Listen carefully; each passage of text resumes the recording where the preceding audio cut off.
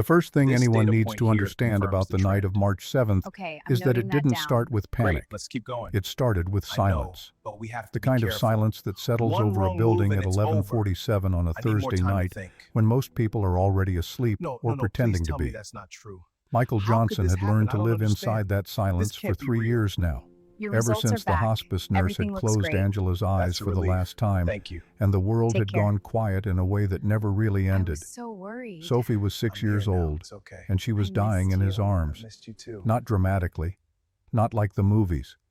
Just a small body going rigid on his bedroom floor, eyes rolling back, limbs jerking in a rhythm that had no place in a child.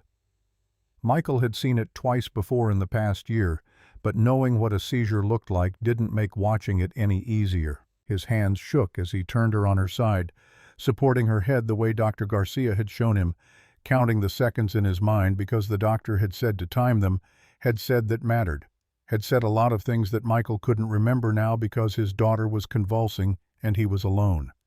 30 seconds, 45, a minute. The building was old, converted from a warehouse back in the early 2000s, and the walls were brick but not thick enough. Michael could hear Mrs. Patterson's television through the floor, a late-night talk show laugh track that sounded obscene against Sophie's shallow breathing. He grabbed his phone, started to dial 911, but Sophie's body went limp and her eyes fluttered, and for 3 heartbeats he thought she was gone. Then she gasped. A wet, rattling sound that meant air was moving but not enough, not right. Michael didn't think. He scooped her up, felt how light she was, how wrong that lightness felt, and he ran. Not down to the lobby, not to his car, not anywhere that made sense. He ran to Unit 8, to the door 12 inches from his own, to the woman he'd spent 7 months pretending didn't exist. His fist hit the wood 3 times, hard enough to hurt. "Please! My daughter! She needs help! Please!" The door opened so fast Michael almost fell forward. Elizabeth Martinez stood there in a white button-down shirt and black slacks, her hair pulled back, eyes sharp despite the hour. She looked at Sophie, then at Michael, and something in her face shifted from confusion to focus in less than a second. "Put her on her side, now." Michael obeyed. Beth dropped to her knees beside them right there in the hallway, her hands moving over Sophie's small frame with the kind of certainty that only came from training. She pressed 2 fingers to Sophie's neck, counted under her breath, then looked up at Michael. "When did this start?" 2 minutes ago, maybe 3. "Has she had seizures before?" "Twice, in the past year." Beth already had her phone out, already dialing. Her voice when she spoke to the dispatcher was calm, clinical, every word precise. Michael barely heard it. He was watching Sophie's chest rise and fall, watching the flutter of her eyelids, watching for any sign that she was coming back to him or slipping further away. Beth's hand landed on his shoulder. Warm, steady. "Sophie, sweetheart, can you hear me? Look at me if you can." Sophie's eyes opened, unfocused at first, then slowly finding Beth's face. A small, confused sound came from her throat. "You're okay. You're going to be okay. The ambulance is coming." Michael wanted to believe her. Beth said it with such certainty, as if saying the words could make them true. But Michael had heard certainty before. The oncologist had been certain they'd caught Angela's cancer early. The hospice nurse had been certain Angela would have another week. Certainty meant nothing against the things that broke people apart. The ambulance arrived in 4 minutes. Paramedics with efficient movements and gentle voices lifted Sophie onto a gurney, asked questions Michael answered on autopilot. Age, weight, medical history, medications. He recited it all like a script he'd memorized because this was what single fathers of sick children did.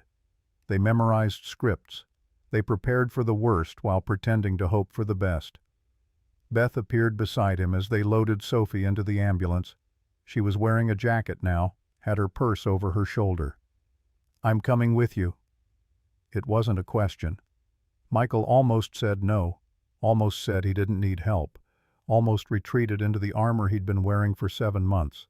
But Sophie was reaching for Beth's hand, and Beth was taking it, and Michael was too tired to fight.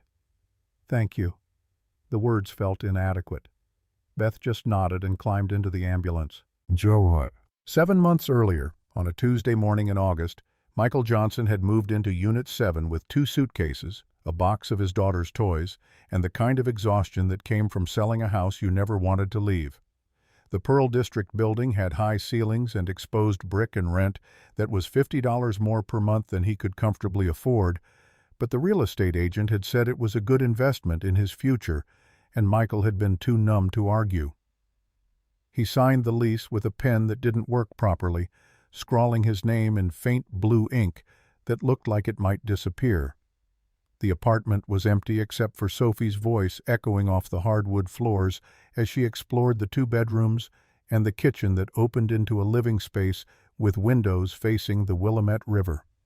She was 5 then, small for her age, with Angela's dark eyes and Michael's smile and a gap between her 2 front teeth that made her look perpetually delighted. "Daddy, there's a lady outside our door." Michael was unpacking plates, wrapping paper still clinging to the ceramic. He set them down and walked to where Sophie stood on her toes, peering through the peephole. "What kind of lady?" "A tired one." That was Sophie, always noticing things other people missed, always finding the exact word that mattered. Michael looked through the peephole himself and saw her. Unit 8, Elizabeth Martinez, according to the name on the mailbox downstairs.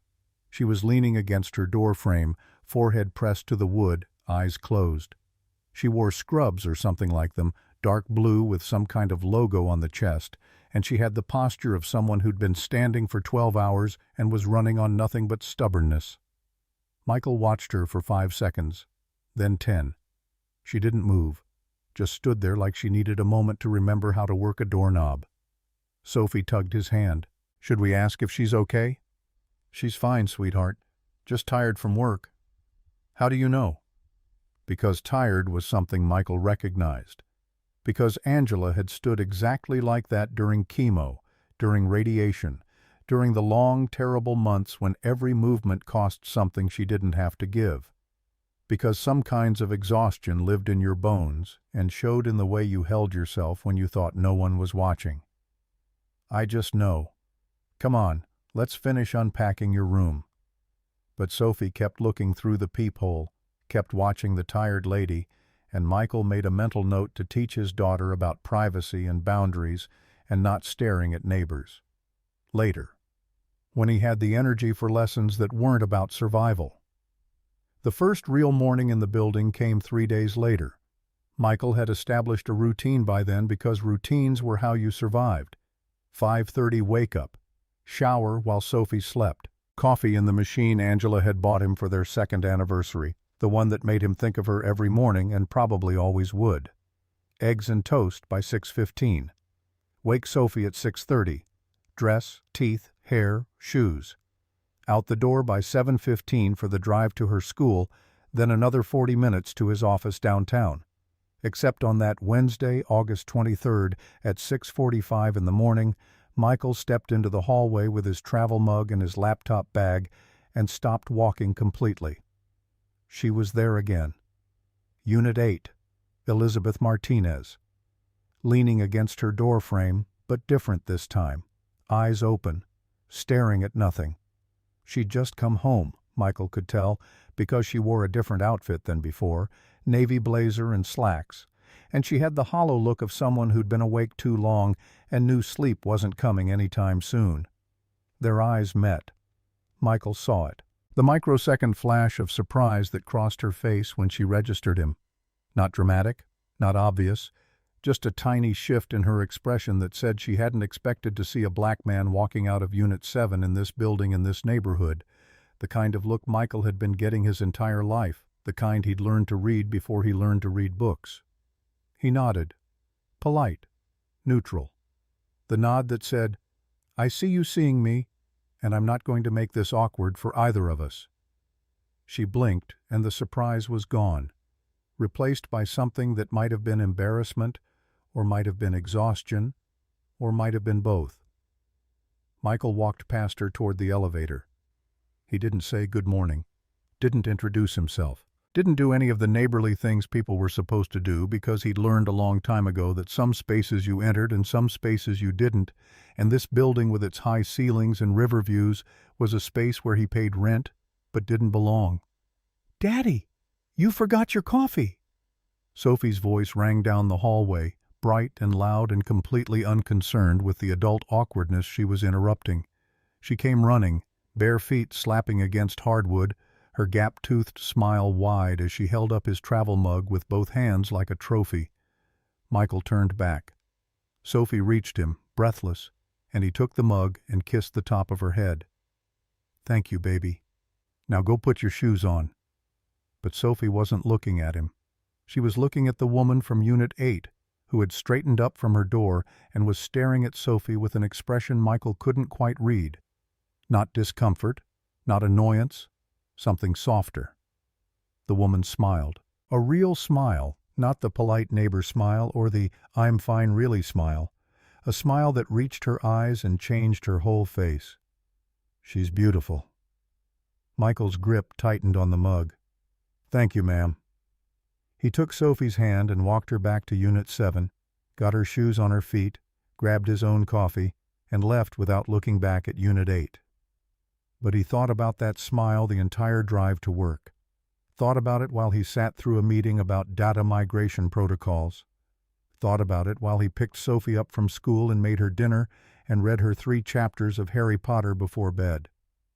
He thought about it because it was the first real smile he'd seen in 3 weeks in this new building, and it had appeared for his daughter, and something about that made his chest feel tight in a way that had nothing to do with grief and everything to do with danger. That night, after Sophie was asleep, Michael sat at his drafting table by the window and stared at the dark glass. His reflection stared back. 38 years old, data analyst for a tech firm that paid him well enough to cover rent and medical bills and not much else, single father to a 6-year-old with a heart condition that required surgery within the next 18 months. The surgery cost $180,000. Insurance would cover $108,000. That left $72,000 Michael didn't have. He'd been picking up freelance projects. Data analysis for smaller firms that couldn't afford full-time staff. Financial modeling for startups that paid in equity he'd never see. He slept 4, maybe 5 hours a night, functioned on coffee and the kind of stubborn determination that his mother used to call foolish pride. His sister Amanda had offered to loan him the money.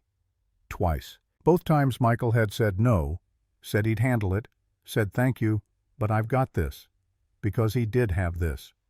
He'd handled Angela's cancer bills, handled the funeral costs, handled the sale of the house and the move and every single terrible thing that came after. He didn't need rescuing. He needed time. And he definitely didn't need to be thinking about the woman in Unit 8 or her smile or the way something had shifted in his chest when she'd looked at Sophie. Michael picked up his phone, texted his sister. "All good here. Sophie's great. Talk soon." Amanda responded immediately.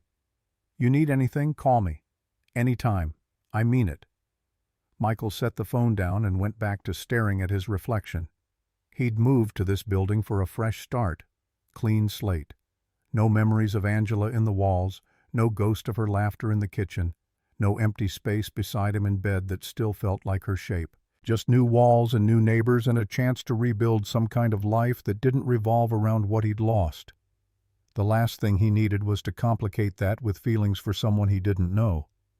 So he made a decision right there at 6:43 on a Wednesday night in August. He would keep to himself.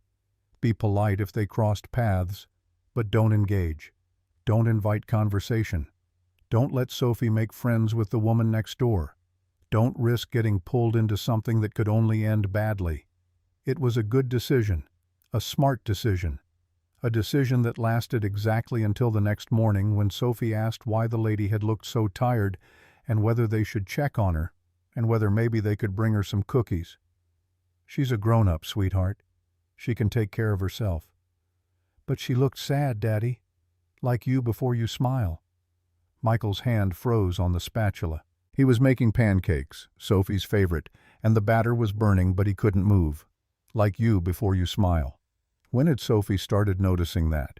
When had she started cataloging the moments he faked happiness for her benefit? "I'm not sad, baby." "Okay." But Sophie had that look. The look that said she knew he was lying, and she was going to let him get away with it because she was 6 and she loved him, and she didn't have the words yet to call him out properly. That look that was pure Angela, pure knowing, pure too smart for her own good. Michael flipped the pancakes and changed the subject.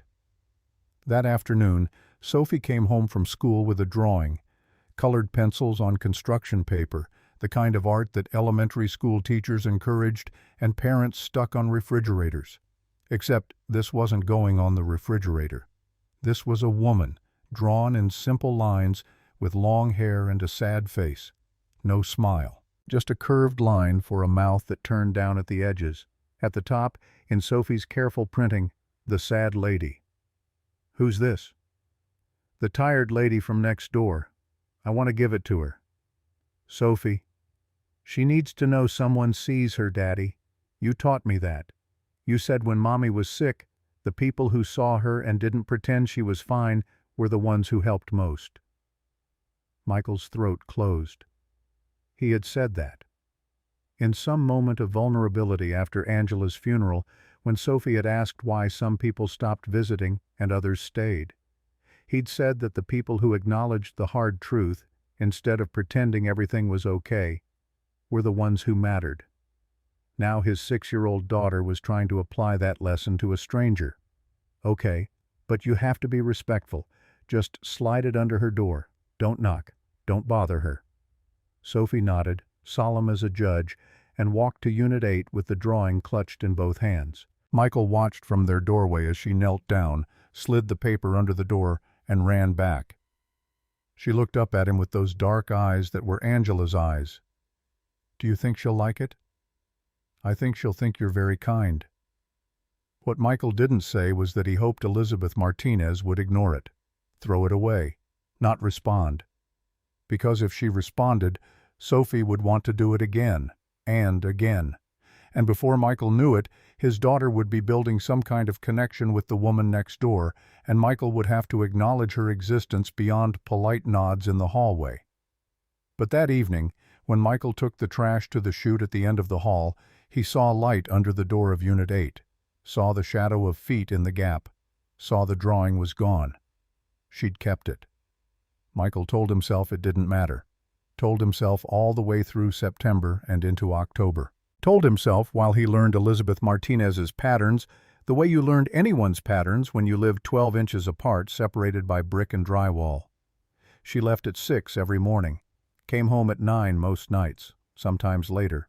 On Saturdays she went running at 5:30, came back an hour later with wet hair and flushed cheeks.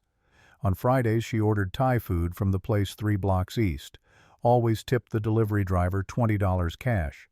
Michael knew because he held the lobby door open once for a kid who couldn't have been older than 19, and the kid had said, "That lady in 8A is the best tipper in the building," with the kind of reverence usually reserved for saints.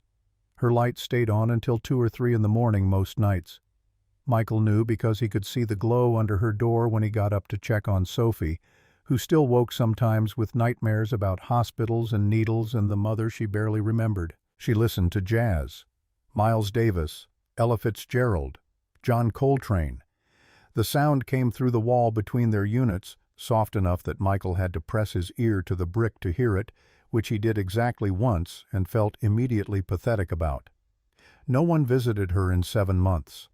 Not once did Michael hear voices in Unit 8 that weren't hers. Not once did he see another person at her door. Elizabeth Martinez was alone. Completely alone. And Michael recognized that because he'd been wearing the same loneliness for 3 years. Sophie drew 5 more pictures between August and February. The sad lady learning to smile. The sad lady with a cat. The sad lady looking at stars. The sad lady reading a book. Each one slid under the door of Unit 8. Each one disappeared. In November, on a Tuesday at 2:13 in the morning, Michael woke to the sound of crying. Not Sophie. The sound was too old, too worn, to be his daughter.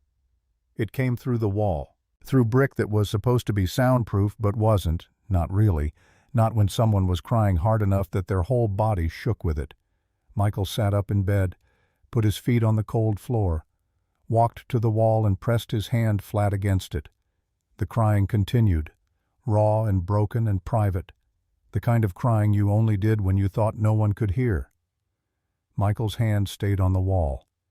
He almost knocked, almost went next door, almost did the thing a decent human being would do. But he didn't, because getting involved meant caring, and caring meant risk, and Michael had used up his lifetime allotment of risk on Angela. He had nothing left to gamble with except Sophie's stability and his own fragile hold on functioning like a normal person. So he stood there with his hand on the wall until the crying stopped. Then he went back to bed and didn't sleep. The next morning, Michael saw Kenneth Walker for the first time. Tall man, early 40s, expensive suit, holding a bouquet of white roses in the lobby at 7:15. He was waiting by the elevator, checking his phone, looking like someone who belonged in buildings nicer than this one. When the elevator came, Kenneth got on. Pressed 8. Michael took the stairs. He told himself it was none of his business. Elizabeth Martinez could have whoever she wanted visiting her. Ex-boyfriend, current boyfriend, brother, colleague, whoever. Not Michael's concern. But the roses bothered him. White roses meant something. Apology, maybe. Or new beginnings. Or I'm sorry for whatever I did. And the fact that it bothered Michael at all bothered him more. Sophie noticed. "You're quiet today, Daddy." They were driving to her school, morning traffic thick around them, and Michael was gripping the steering wheel harder than necessary. "Just thinking about work." "Is work making you sad like the lady?"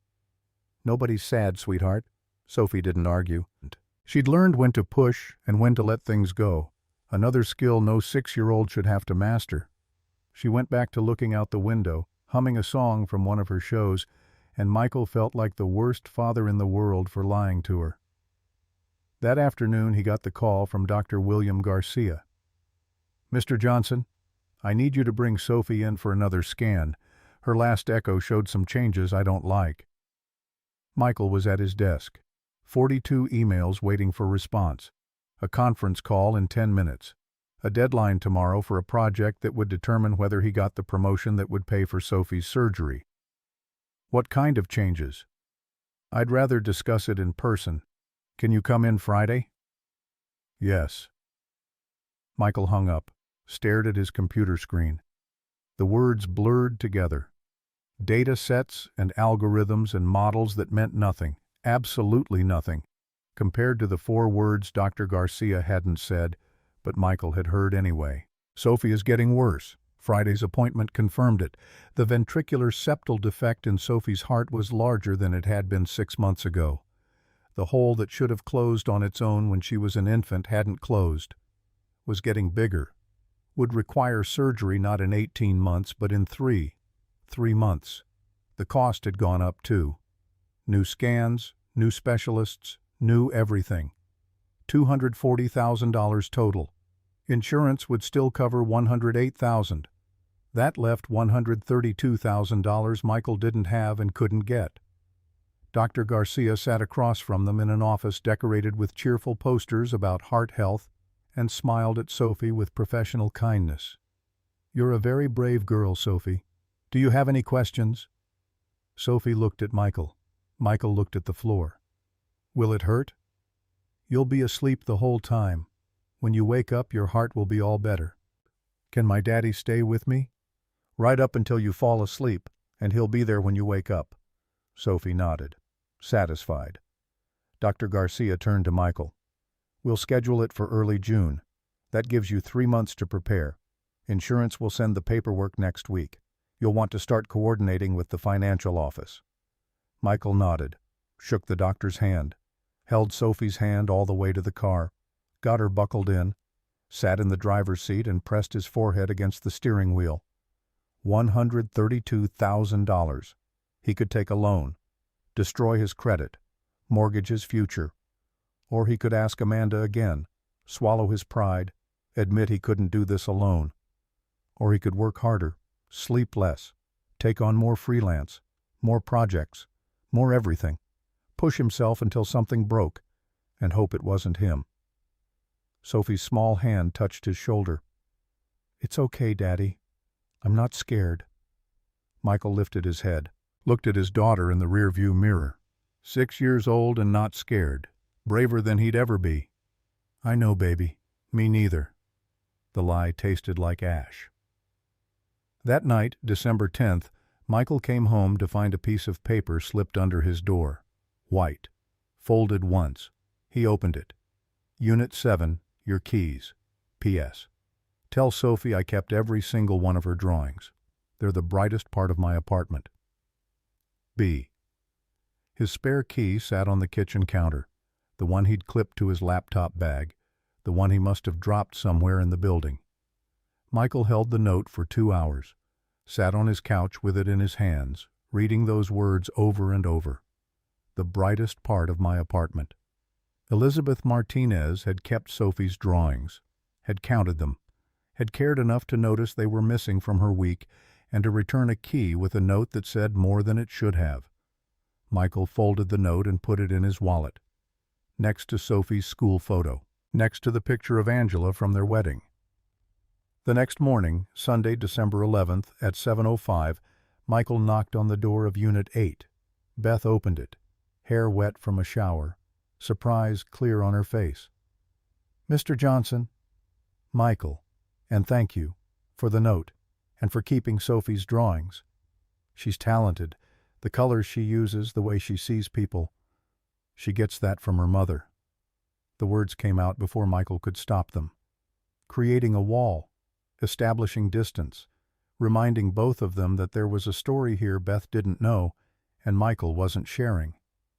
Beth's expression shifted, understanding maybe, or recognition that she'd touched something she shouldn't have. She must have been remarkable. She was. Silence, the kind that stretched and threatened to become uncomfortable. Beth broke it. "Would you and Sophie like to have dinner sometime? There's a place down by the water that—" "I appreciate the offer, Ms. Martinez, but Sophie and I keep to ourselves. It's easier that way." The words came out harsher than Michael intended. He saw them land, saw Beth's face change from tentative hope to something more careful, more closed. "Of course, I understand." Michael nodded, turned to leave. Made it 3 steps before Sophie appeared in their doorway, barefoot and pajama-clad and completely oblivious to adult awkwardness. "Daddy, why didn't you say yes? I like the sad lady. She's not sad anymore when she looks at my drawings." Michael's hand found Sophie's shoulder. "Go brush your teeth, baby." Sophie looked between him and Beth, something in her 6-year-old brain clearly calculating whether to push this or let it go. She let it go. Disappeared back into Unit 7. When Michael looked back at Beth, she was smiling. Not at him, at the space where Sophie had been. "She's right, you know. I'm not sad when I look at her drawings." Michael didn't know what to say to that, didn't know how to respond to honesty that direct. So he did what he'd been doing for 7 months. He nodded, polite, neutral, and walked away. But that night, after Sophie was asleep, he stood at the wall between their units and listened. Jazz drifted through, something slow, something that matched the ache in his chest that he refused to call loneliness because lonely implied wanting connection, and Michael had decided 3 years ago that wanting led to losing, and he was done with both. The music played until 2 in the morning. Michael stood there the whole time, hand on the wall, breathing in rhythm with notes that came from somewhere he couldn't see. When it finally stopped, he went to bed, didn't sleep, thought about white roses and returned keys and a woman who kept children's drawings because they were the brightest part of her apartment. Thought about how dangerous it was to care about any of that. Thought about Sophie asking why he'd said no to dinner and how he'd explained that sometimes the right choice and the easy choice were the same thing and sometimes they weren't, and he was too tired to tell the difference anymore. 3 months until surgery, 90 days to find $132,000, 2,160 hours to figure out how to save his daughter's life without losing his mind. Michael closed his eyes, pictured Angela, her smile, her voice, the way she'd looked at him in hospice and made him promise to be happy after she was gone. He'd promised, meant it at the time. But happiness required vulnerability, and vulnerability required trust, and trust required believing that the universe wouldn't take away everything you loved the moment you admitted you loved it. Michael didn't believe that anymore, so he kept his promise the only way he knew how. He kept breathing, kept working, kept being the father Sophie needed even when he had nothing left to give, and he kept avoiding Unit 8. For 7 months that worked. For 7 months, Michael perfected the art of living 12 inches from someone and pretending they didn't exist. He took the stairs when he heard her door. He checked his mail at different times. He learned the sound of her footsteps and timed his exits accordingly. Sophie drew one final picture in late February. 3 figures holding hands, labels above their heads in careful printing. Daddy, me, the happy lady. At the bottom, my new family. Sophie wanted to give it to Beth. Michael said no. Not yet. Soon. When the time was right. The time was never right. Until March 7th at 11:47 at night, when Sophie's body seized on his bedroom floor and Michael's carefully constructed walls came crashing down in the space of 3 seconds. Until he found himself in an ambulance with Beth Martinez holding his daughter's hand and looking at him with something that might have been understanding, or might have been pity, or might have been the first crack in whatever armor she wore that was the mirror of his own. Until Providence Portland Medical Center, 1:34 in the morning, when Dr. Garcia said the words Michael had been dreading and Beth's hand found his shoulder and didn't let go. She needs surgery within 3 months. The cost is now $240,000. Michael sat down in the waiting room. Beth sat beside him. I can't accept your money, Ms. Martinez. I'm not offering money. Then what are you offering? Beth looked at him. Really looked. The kind of looking that saw past the careful neutrality he'd been maintaining for 7 months. I'm offering to be here, if you'll let me. Michael wanted to say no, wanted to maintain the distance, wanted to protect himself and Sophie from the inevitable disappointment that came with trusting people. But Sophie was reaching for Beth's hand, and Beth was taking it, and Michael was so tired of carrying everything alone. Why? Because Sophie drew me with a smile before I remembered how to have one, and I want to prove her right. Beth drove them home at 6:17 Friday morning. Sophie slept in the back seat, small body curled under a hospital blanket Beth had somehow convinced a nurse to let them keep. Michael sat passenger side, watching streetlights slide past the window, feeling like he'd aged a decade in 7 hours. The hospital had kept Sophie until 4 for observation. Standard protocol after a seizure that severe, the attending physician had explained, though Michael suspected they'd kept her longer because Dr. Garcia had flagged Sophie's chart with notes about the upcoming surgery and the parents who couldn't afford it. Charity cases got extra attention. Michael hated that he qualified as one now. Beth hadn't left, not during the blood draws or the EKG or the 2-hour wait while Sophie slept off the sedative they'd given her to stop the seizing. Beth had sat in the plastic chair next to Michael's, scrolling through her phone occasionally, but mostly just being present in that way people who understood hospitals knew how to be. Quiet, available, not demanding conversation or explanations. Michael had expected her to ask questions. Why hadn't he mentioned Sophie's condition? How bad was it really? What was his plan? But Beth had asked nothing. Just sat there until Dr. Garcia finished his rounds and pulled Michael aside to repeat what they both already knew. 3 months, Mr. Johnson. The surgery can't wait longer than that. Now Beth's car, a black sedan that smelled like leather and something floral, pulled into the building's underground garage. Michael unbuckled carefully, trying not to wake Sophie, but her eyes opened anyway. Daddy, are we home? Yeah, baby, we're home. Beth opened the back door, helped Sophie out with gentle hands. Sophie leaned against her like it was the most natural thing in the world, like they'd known each other for years instead of hours. Michael's chest tightened watching it. The elevator ride was silent. Sophie dozed against Beth's side while Michael stared at the floor numbers climbing. 3, 4, 5. Each one bringing them closer to the moment when he'd have to thank Beth properly, find words that matched the weight of what she'd done, and then watch her walk into Unit 8 and close the door and return to being the stranger he'd been avoiding. The doors opened on 7. They walked to Unit 7 together, Sophie between them, each holding one of her hands. Michael unlocked the door. Sophie looked up at Beth with those dark eyes that saw too much. "Miss Beth, do you want to come in?" Beth glanced at Michael. He should say no, should thank her and send her away and go back to the safe isolation he'd been maintaining. Instead, his mouth betrayed him. "Coffee's probably terrible, but you're welcome to it."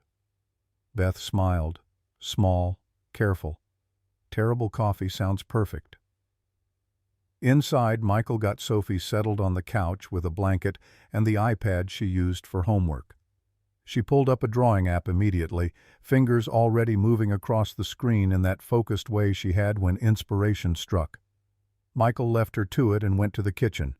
Beth followed, stood awkwardly by the counter while Michael filled the coffee maker with hands that shook slightly from exhaustion and adrenaline crash.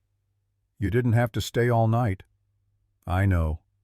You have work, meetings, whatever it is CEOs do on Friday mornings." "I'll manage." Michael hit the brew button harder than necessary. The machine gurgled to life. He turned to face Beth, leaning against the counter because standing upright without support felt like more effort than he could muster. "Why are you doing this?" Beth's fingers traced the edge of the granite. Her nails were short, unpainted, practical. The nails of someone who didn't have time for maintenance. "You want the truth or the polite answer?" "Truth. I'm lonely. Have been for 3 years, and your daughter draws pictures that make me remember what it feels like to matter to someone." The honesty hit Michael like a fist. He'd expected platitudes, neighborly concern, generic kindness.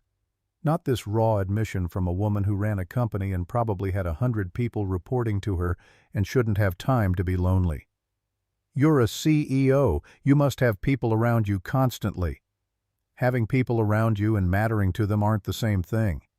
The coffee maker beeped. Michael poured 2 mugs, black for both of them because he didn't have cream and suspected Beth didn't use it anyway.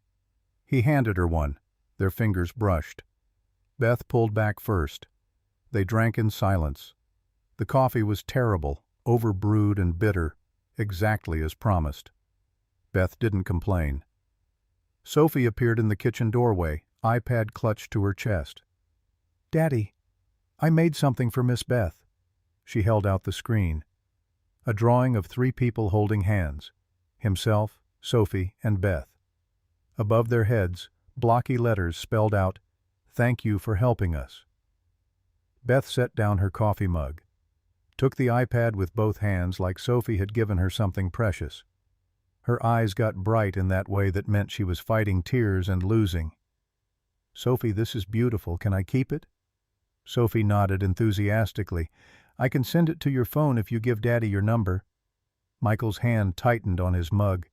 He should intervene, should explain to Sophie that neighbors didn't exchange phone numbers, that Miss Beth had her own life and they couldn't keep bothering her.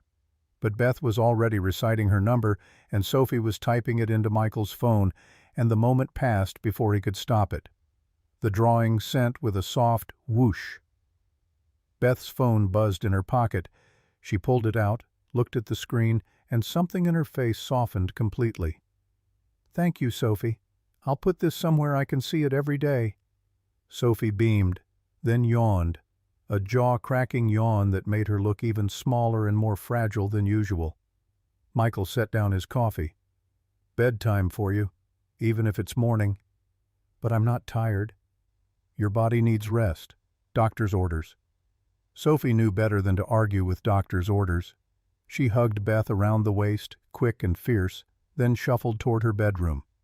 Michael followed, tucked her in, kissed her forehead. She was asleep before he reached the door.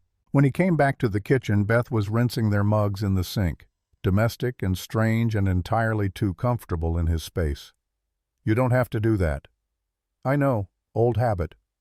She dried her hands on the dish towel, folded it precisely, hung it back on the oven handle. Then she looked at Michael with an expression he couldn't quite decode. I should go. Let you sleep. Yeah. Neither of them moved. Beth broke first, walking toward the door with steps that seemed slower than necessary. Michael followed. She paused at the threshold, hand on the frame. If you need anything, for Sophie, or for you, I'm right next door. I know where you are. Been avoiding you for 7 months.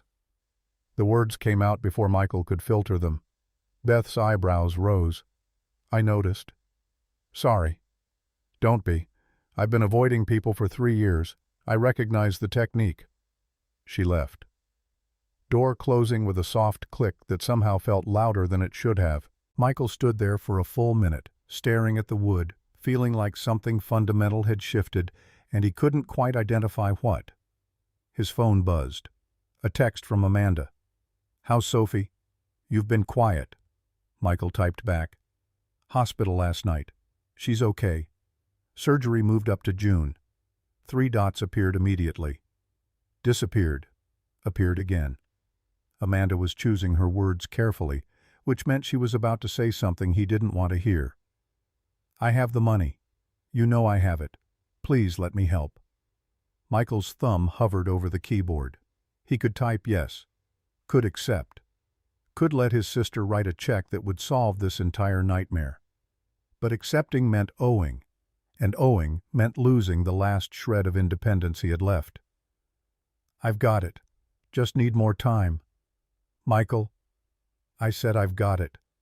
He turned off his phone, crawled into bed without undressing, closed his eyes and saw Beth's face when she'd looked at Sophie's drawing, saw the tears she'd been fighting, saw the loneliness she'd admitted to like it was just another fact about herself. Sleep didn't come. Michael lay there until noon, then gave up and went to his laptop, opened the freelance job board he'd been monitoring. 3 new postings since yesterday. Data analysis for a startup in Seattle, financial modeling for a venture capital firm in San Francisco, and a long-term contract analyzing customer behavior patterns for an e-commerce company in Austin. He applied to all 3. Sent proposals he'd written at 2 a.m. weeks ago, polished and professional and probably indistinguishable from 50 other desperate analysts trying to make rent. Then he opened his banking app and stared at the numbers that never changed no matter how many times he checked. 12,000 in savings, another 8,000 in checking, 20,000 total, 112,000 short of what he needed. The math didn't work. Wouldn't work. Not unless he got the promotion at work, which required finishing the Henderson project by April 15th, which required 60-hour weeks for the next 6 weeks, which required childcare he couldn't afford and sleep he wasn't getting. Michael closed the laptop, went to check on Sophie. She was still asleep, breathing steady, face peaceful. A faint bruise marked her inner elbow where they'd drawn blood. Michael pulled the blanket higher, smoothed her hair, and felt the familiar crush of inadequacy that came with being a single parent to a sick child. Angela would have known what to do. Angela had always known what to do. She'd managed their finances, scheduled doctor appointments, kept track of everything that mattered while Michael focused on work. After she died, he'd taught himself all of it. Bills, insurance, school forms, meal planning. Learned to be both parents because Sophie needed both. But he'd never learned how to be enough. Saturday morning arrived with Sophie feeling better. She ate pancakes, watched cartoons, drew 3 more pictures that she wanted to give to Miss Beth. Michael said later, "Not now, she's probably busy." But at 7:15 there was a knock on the door. Beth stood there in running clothes, hair pulled back, face flushed from exercise. She held a paper bag. "I made too much breakfast. Thought Sophie might want some." Inside the bag, fresh muffins from the bakery 2 blocks south, blueberry and chocolate chip, still warm. Sophie appeared behind Michael, eyes wide. "Miss Beth, do you want to eat with us?" Michael should say no, should take the muffins and thank her and maintain boundaries. Instead, he stepped aside. "Come in." They ate at the small dining table by the window overlooking the river. Sophie chattered about her drawings, about school, about the book series she was reading. Beth listened like every word mattered, asking questions that showed she was actually paying attention, not just being polite. Michael watched them, watched Sophie bloom under Beth's focus, watched Beth's whole face change when Sophie laughed, saw something he'd been trying not to see for 7 months. Beth wasn't just lonely. She was starving for this, for connection, for someone to need her in a way that wasn't about spreadsheets or board meetings or whatever CEOs spent their days managing. And Sophie was giving it to her with the generous ease of children who didn't understand scarcity yet. After breakfast, Sophie asked if Beth wanted to see her room. Beth glanced at Michael. He nodded. They disappeared down the hall, Sophie's voice bright and animated as she showed off her stuffed animals and books and the star projector Angela had bought her for her 4th birthday. Michael cleaned up, rinsing plates with mechanical efficiency while his brain spun through calculations. Beth was getting attached, Sophie was getting attached, and Michael was standing in his kitchen listening to his daughter laugh with a woman he barely knew and feeling something dangerously close to hope. His phone rang. Unknown number. He answered. "Mr. Johnson, this is Patricia Rodriguez from Henderson Financial. We received your proposal for the data analysis project." Michael's pulse jumped. "Yes, ma'am. We'd like to hire you. Standard contract, payment on completion. Can you start Monday?" "Absolutely." They discussed details, timeline, deliverables, the massive data set he'd need to analyze. It would take 40 hours minimum, probably closer to 60. Payment was $15,000. Not enough to cover Sophie's surgery, but enough to make a dent. Michael hung up feeling like he could breathe slightly easier. One contract, one step forward, 97,000 still to go. Beth and Sophie emerged from the bedroom. Sophie was carrying a stuffed elephant that had been Angela's favorite to give her when she was upset. "Miss Beth said she likes elephants too. Can she borrow Mr. Trunk for her apartment, so she won't be lonely?" Michael's throat closed. Mr. Trunk had been in Sophie's bed every night since Angela died. It was the one thing she refused to let go of. And now she was offering it to Beth like it was nothing. Beth looked stricken. "Sophie, I can't take Mr. Trunk. He's yours. But you need him more. You don't have anyone to hug at night." Beth's eyes met Michael's over Sophie's head. Something passed between them, understanding maybe, or recognition that Sophie saw things adults worked hard to hide. Beth knelt down to Sophie's level. "How about this? I'll borrow him for 1 week. Then I'll bring him back and tell you all about what we did together. Deal?" Sophie considered this, nodded seriously. "Deal. But you have to take good care of him. He doesn't like loud noises." "I'll be very quiet, I promise." Beth left with Mr. Trunk tucked under her arm and an expression Michael couldn't read. Sophie went back to her room to draw. Michael stood in the empty living room feeling like the walls of his carefully constructed isolation were developing cracks he couldn't repair. Tuesday brought Sophie back to school. Michael dropped her off, drove to his office downtown, and spent 9 hours staring at code and spreadsheets while thinking about everything except work. The Henderson project loomed. The promotion deadline approached, and now he had the Rodriguez contract to complete in whatever hours remained after he finished his regular responsibilities. His desk phone rang at 4:30. "Amanda." "You're not answering your cell." "I'm working." "Sophie texted me. Said a nice lady from your building came over for breakfast Saturday." Michael's hand tightened on the receiver. He'd forgotten Sophie had Amanda's number for emergencies. "She's a neighbor. She helped when Sophie had the seizure. Sophie says she's not sad anymore when Miss Beth visits." "Amanda, I'm not judging. I'm just saying it's okay if you're making friends. It's okay if you're letting people in." "I'm not letting anyone in. She brought muffins. Sophie invited her to stay, that's all." Amanda was quiet for 3 beats too long. "Okay, if you say so." "I say so. How's the money situation?" "Picked up another freelance contract. I'll make it work." "Michael, please, let me help." "No." He hung up before she could argue. Spent the rest of the afternoon angry at himself for being angry at his sister who only wanted to help. But accepting help meant admitting he'd failed, and Michael wasn't ready to admit that yet. That evening, walking from his car to the building entrance, he saw Kenneth Walker again. Same expensive suit, different flowers, red roses this time, a dozen at least. Standing in the lobby, checking his phone with the casual arrogance of someone who'd never been told no. Michael walked past without acknowledgement, took the elevator to 7, heard voices as he approached his door. Beth's unit. The door was open a crack. "You can't keep showing up like this, Kenneth. I'm trying to apologize. Again. How many times do I need to say it?" "Saying it doesn't change what you did. I made a mistake. One mistake in 5 years. You're really going to throw away everything we built because We didn't build anything. You built a career. I was set dressing." Michael should keep walking. Should go into his own apartment and close the door and let Beth handle her ex-husband or boyfriend or whatever Kenneth was. But something in her voice made him stop.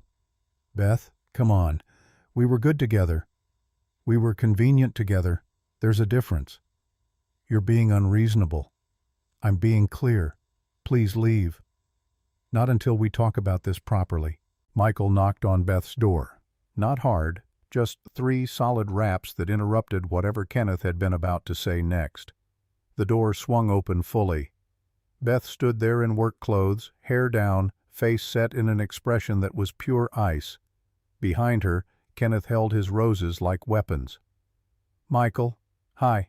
She said it with relief, like he was rescuing her instead of intruding. Kenneth's eyes narrowed. "Who's this?" "My neighbor, Michael Johnson." Michael extended his hand. Kenneth looked at it for 1 second too long before shaking. His grip was unnecessarily firm. Michael matched it. "Kenneth Walker. I'm Beth's ex-husband." Beth supplied the label with precision. Kenneth's jaw tightened. Michael addressed Beth directly, ignoring Kenneth entirely. "Sophie wanted me to ask if you're free for dinner Sunday. She's making her famous spaghetti." It was a complete lie. Sophie had said no such thing. But Beth's face transformed, ice melting into something warmer. "I'd love that. What time?" 6 work? Perfect." Kenneth stepped forward, roses still in hand. "Beth, we're in the middle of a conversation." "No, you were leaving. I was being polite about it." "You're making a mistake. The mistake was keeping you on as CFO. That's getting corrected Monday morning." Kenneth's face went red. He looked at Michael, then back at Beth, calculating something. "This is about him? You're throwing away 3 years of working together for someone you just met?" Beth's voice went quiet. Dangerous quiet. "This is about me realizing that caring and controlling aren't the same thing. Now leave, or I'll call security." Kenneth left, shoved the roses into the hallway trash can on his way to the elevator. Michael and Beth stood in her doorway watching him go. "Thank you." Beth's voice was steady. Michael shrugged. "I really do think Sophie would like you to come for dinner Sunday, if you want." "I want." They stood there in the hallway between their units. Not quite friends, not quite strangers. Something else entirely. "He your CFO, really?" "Unfortunately." "You really firing him?" "Been wanting to for 2 years. He gave me an excuse." Beth smiled. It reached her eyes this time. Michael found himself smiling back. "See you Sunday." "See you then." Michael went into Unit 7, closed the door, leaned against it and let out a breath he hadn't known he was holding. His phone buzzed. A text from Beth. "Thank you for the rescue and the dinner invitation, even if Sophie didn't actually ask." He typed back, "She will when I tell her. She's been wanting to cook for you since she found out you exist." 3 dots appeared, disappeared, appeared again. "I like her. A lot. Is that okay?" Michael stared at the message for a long time. Thought about Sophie giving away Mr. Trunk. Thought about Beth crying through the wall at 2 in the morning. Thought about the fact that in 3 months his daughter was going into surgery and he still didn't have the money to pay for it, and accepting help from anyone felt like admitting defeat. But Sophie liked Beth, and Beth seemed to genuinely care about Sophie. and maybe that mattered more than Michael's pride. It's okay. She likes you too. Sunday dinner became a weekly thing without either of them deciding it should. Beth showed up at 6 with wine she didn't drink and dessert Sophie devoured. They ate spaghetti with too much sauce, garlic bread that was slightly burnt, and salad that Sophie picked through looking for croutons. Afterward, Beth helped with dishes while Sophie drew at the table. They talked about nothing important. Portland weather. Building gossip. The construction project 3 blocks east that started every morning at 7 sharp. Michael told himself it was just being neighborly. Beth probably told herself the same thing, but Sophie knew better. "Daddy, can Miss Beth read me a story tonight?" Michael looked at Beth. Beth looked uncertain. "If your dad says it's okay." Michael should say no, should maintain boundaries, should remember that getting close to people meant giving them the power to leave. But Sophie was looking at him with those dark eyes that were Angela's eyes, and he couldn't say no to that face. One story, then bed. They read Harry Potter. Beth took the female voices without being asked, doing different accents for Hermione and Professor McGonagall and Mrs. Weasley. Sophie giggled. Michael sat in the doorway listening, and something in his chest cracked open. The voice Beth used for Hermione was higher than Angela's had been, sharper, but it had the same warmth underneath, the same investment in making the story come alive. And Sophie responded to it the way she'd responded to Angela's readings years ago when Angela had still been strong enough to sit up without help. Michael left before the chapter ended, went to his bedroom and sat on the edge of the bed with his head in his hands. This was a mistake. Letting Beth in was a mistake. Because Sophie was getting attached and Michael was getting comfortable, and when Beth inevitably realized that being friends with a single father and his sick daughter was more work than it was worth, the fallout would destroy them both. His bedroom door opened. Beth stood there, hesitant. "She's asleep. I didn't mean to upset you." "You didn't. You left pretty fast." Michael looked up. Beth's hair had fallen out of its clip, hanging loose around her face. She looked younger like this. More vulnerable, less like a CEO and more like someone who'd admitted to being lonely and meant it. "You sounded like her, like Angela. Not the same, but close enough that it hurt." Beth crossed the room, sat next to him on the bed, leaving 6 inches of space between them. "Do you want me to stop coming over?" "No." The answer came too fast, too honest. Michael forced himself to continue. "Sophie's been happier this past month than she's been in 3 years, and I think you have too." "I have." They sat in silence, the kind that wasn't uncomfortable, the kind that happened between people who understood each other's damage without needing it explained. Beth's hand moved to cover Michael's, just resting there, no pressure, no expectation. "I was married once, to Kenneth. 5 years together, 3 years divorced. He wanted someone who looked good at fundraisers and didn't ask questions. I wanted to build something real. We wanted different things." "What made you finally leave?" "He told me I was wasting my potential by caring about the actual work instead of the image, that employees were replaceable and I should focus on the people who mattered." "He sounds like an asshole." "He is. But I stayed anyway because alone felt worse than wrong, until it didn't anymore."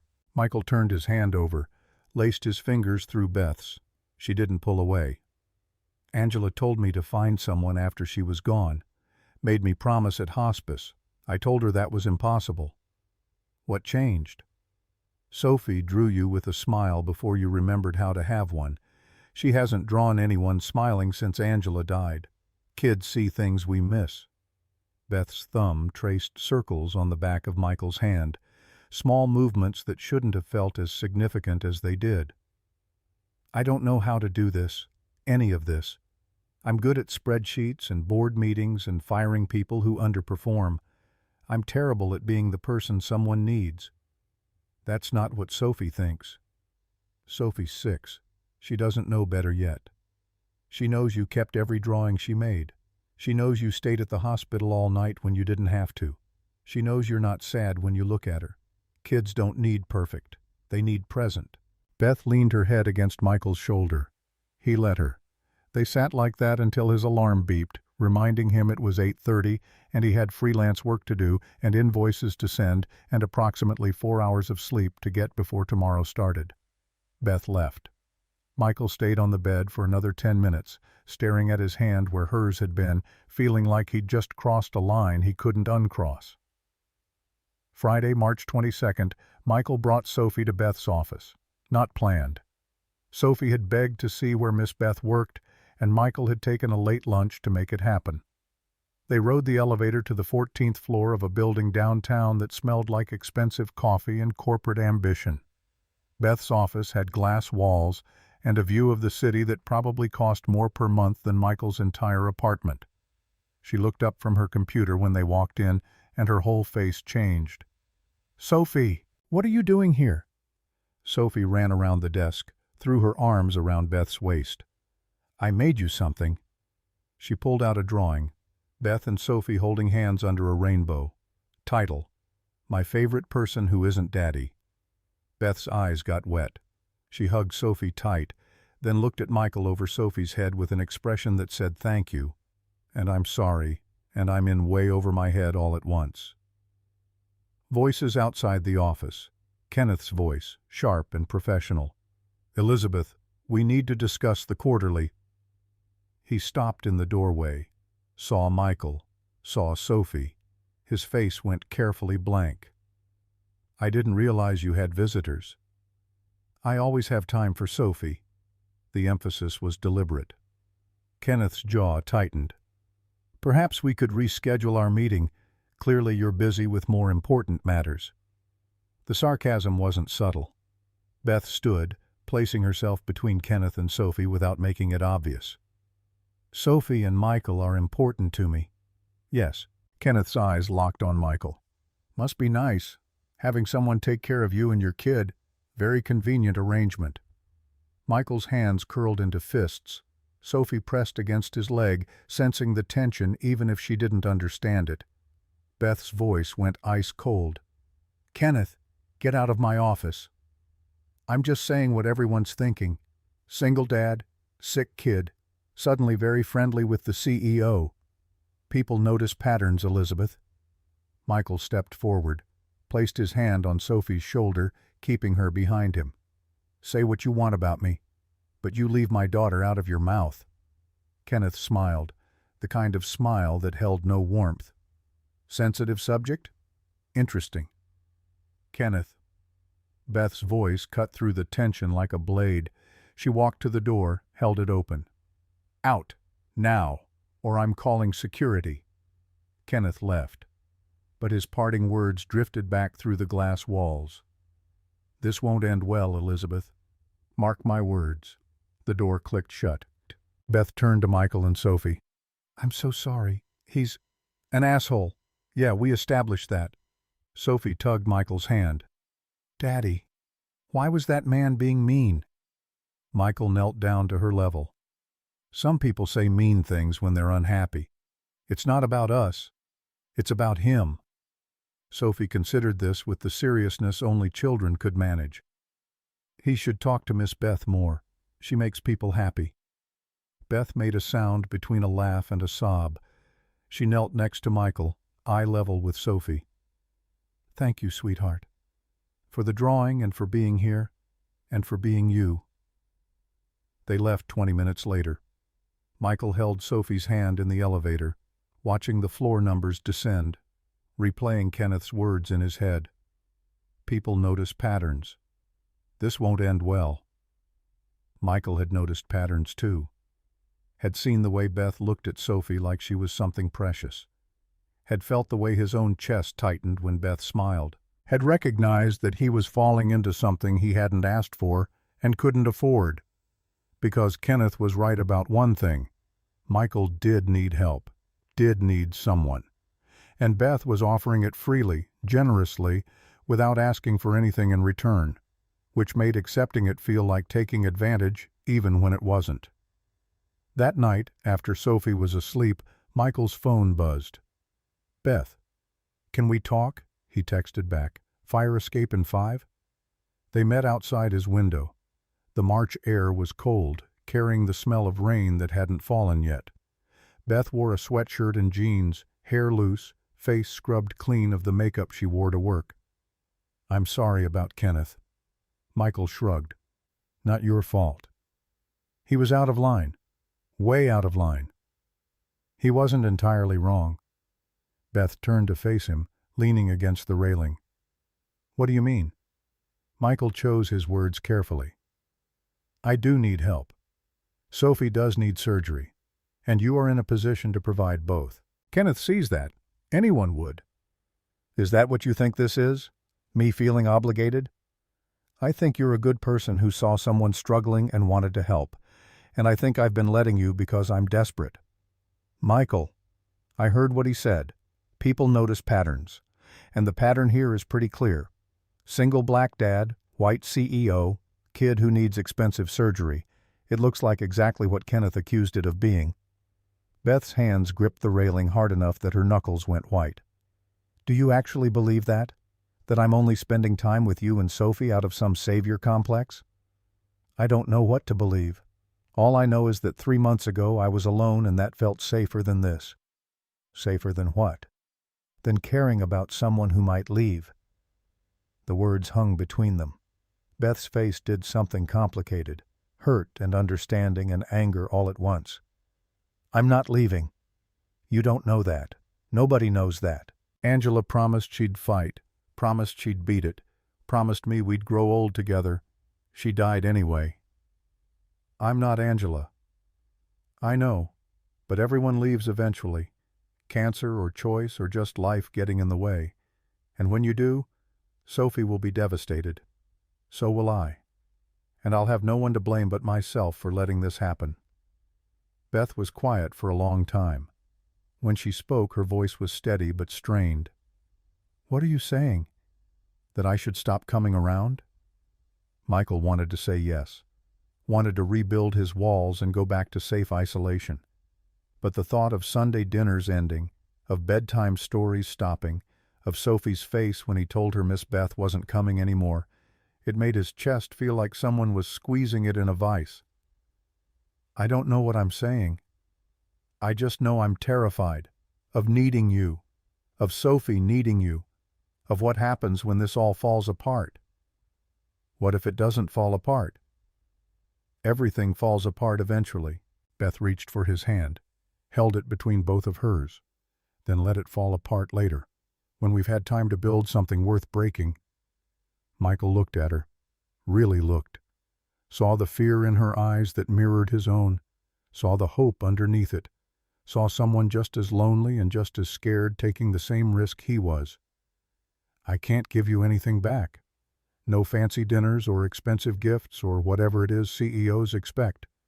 All I have is a 6-year-old who draws pictures and a life that's held together with duct tape and stubbornness. That's all I want." "Why?" "Because for the first time in 3 years I wake up and have something to look forward to. Because Sophie draws me like I matter. Because you look at me like I'm a person instead of a position. Because I'm tired of being alone." Her voice cracked on the last word. Michael pulled her close, wrapped his arms around her, felt her shake with something that might have been tears or might have been relief. They stood like that on the fire escape while the city hummed below them and the rain finally started to fall. Light at first, then heavier, soaking through their clothes, turning the metal slick under their feet. Neither of them moved. Beth pulled back just enough to look up at him. "I'm falling in love with you." Michael's breath caught.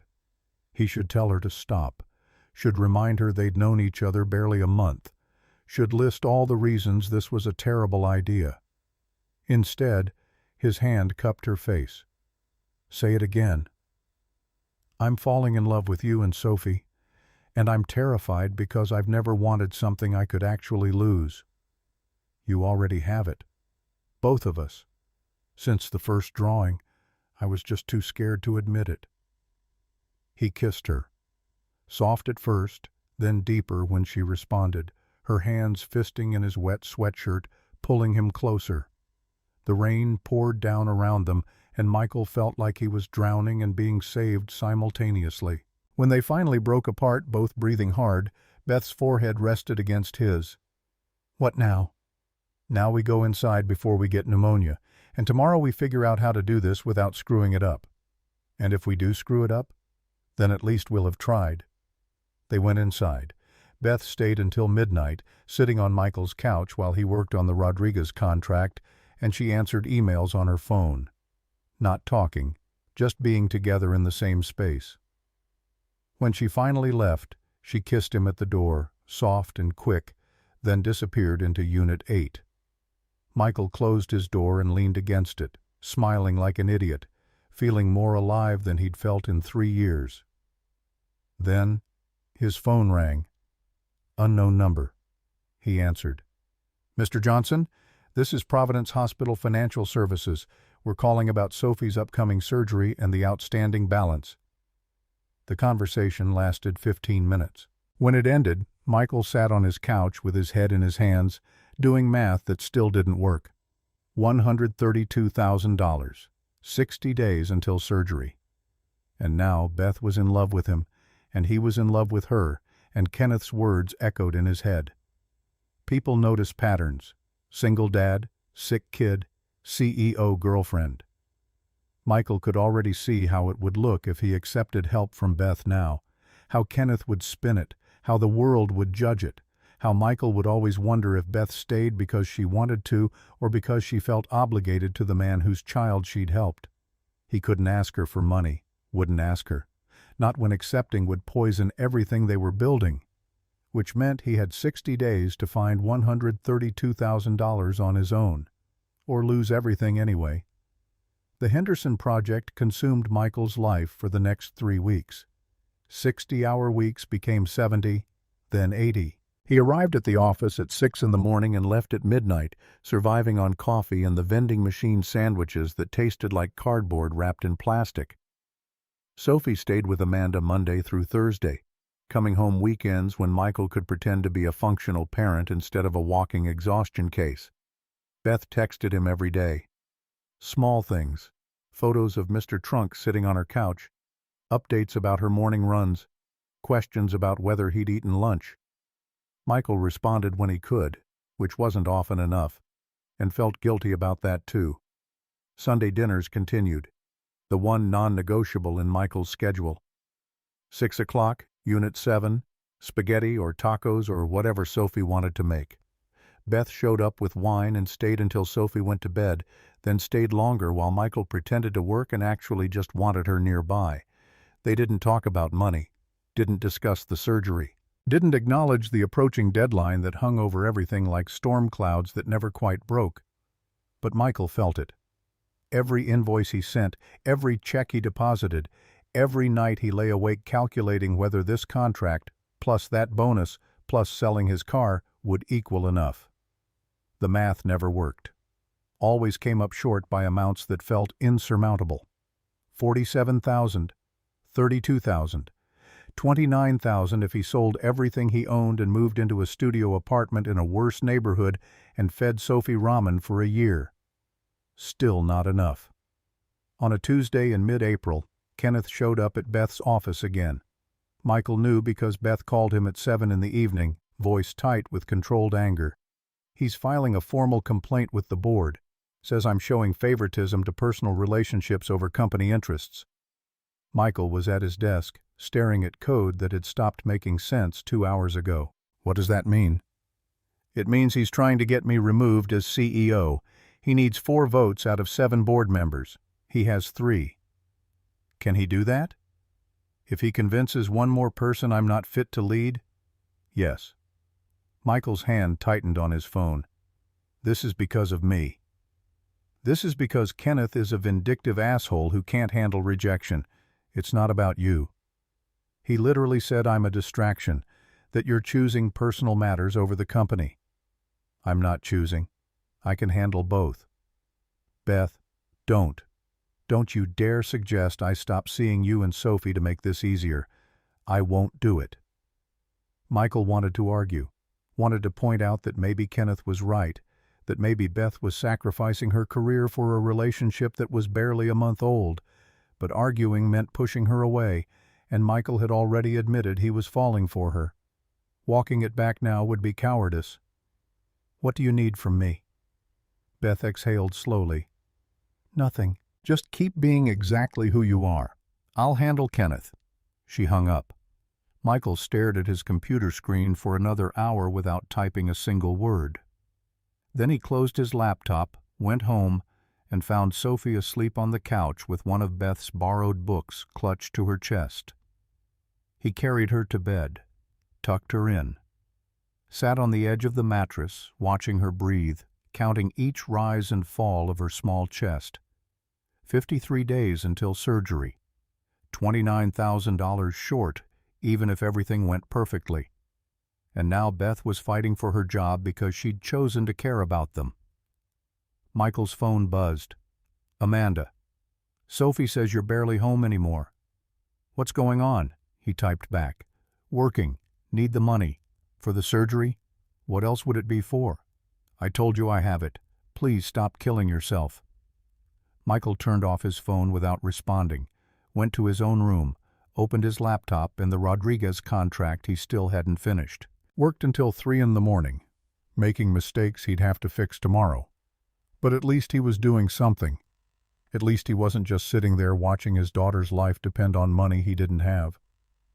Thursday, April 18th, Michael got called into his boss Stephen Taylor's office at 9 in the morning. Stephen was 52, former analyst himself, the kind of manager who actually understood the work his team did. He gestured for Michael to sit. "Henderson project's looking good. You're on track to finish by deadline." "That's the plan." "Promotion committee meets next week. Your name's on the list." Michael's pulse jumped. The promotion meant a 30% raise, meant an extra $20,000 a year, meant he could actually make payments on a loan for Sophie's surgery instead of defaulting immediately. "Thank you." "Don't thank me yet. There's competition. 3 other analysts up for the same position. Committee will decide based on the Henderson deliverables and overall performance reviews." "Understood." Stephen leaned back in his chair, studying Michael with an expression that was hard to read. "You look like hell, Johnson. When's the last time you slept more than 4 hours?" "I'm managing." "That wasn't the question." Michael met his boss's eyes.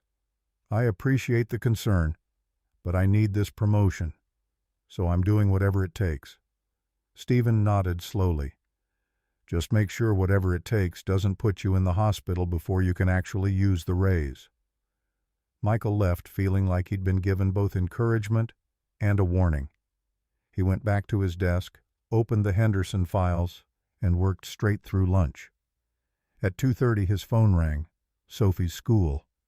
His stomach dropped before he even answered. "Mr. Johnson, this is Principal Morrison. Sophie collapsed during recess. The nurse thinks it might be another seizure. We've called an ambulance." Michael was already grabbing his keys. "I'm on my way." He made it to the school in 12 minutes, speeding the whole way, not caring about tickets or accidents or anything except getting to Sophie. The ambulance was already there. Paramedics were loading her onto a gurney. Sophie's eyes were open but unfocused, her small body limp. Michael ran to her side. "Sophie, baby, I'm here." Her head turned toward his voice. A whisper came out. "Daddy." "I'm right here. You're going to be okay."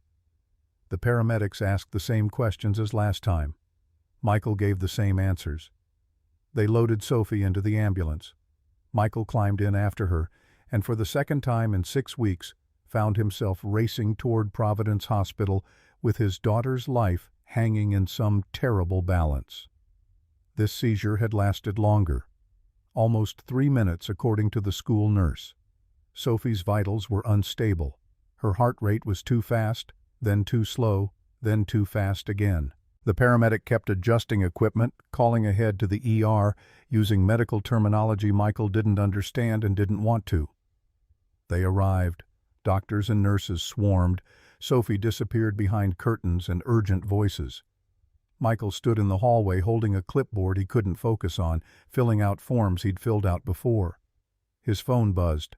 "Beth, where are you?" "I tried calling." Michael's hands shook typing the response. "Hospital. Sophie had another seizure." "I'm coming. You don't have to." I'm already in my car. She arrived 20 minutes later. Found Michael in the same waiting room where they'd sat together in March.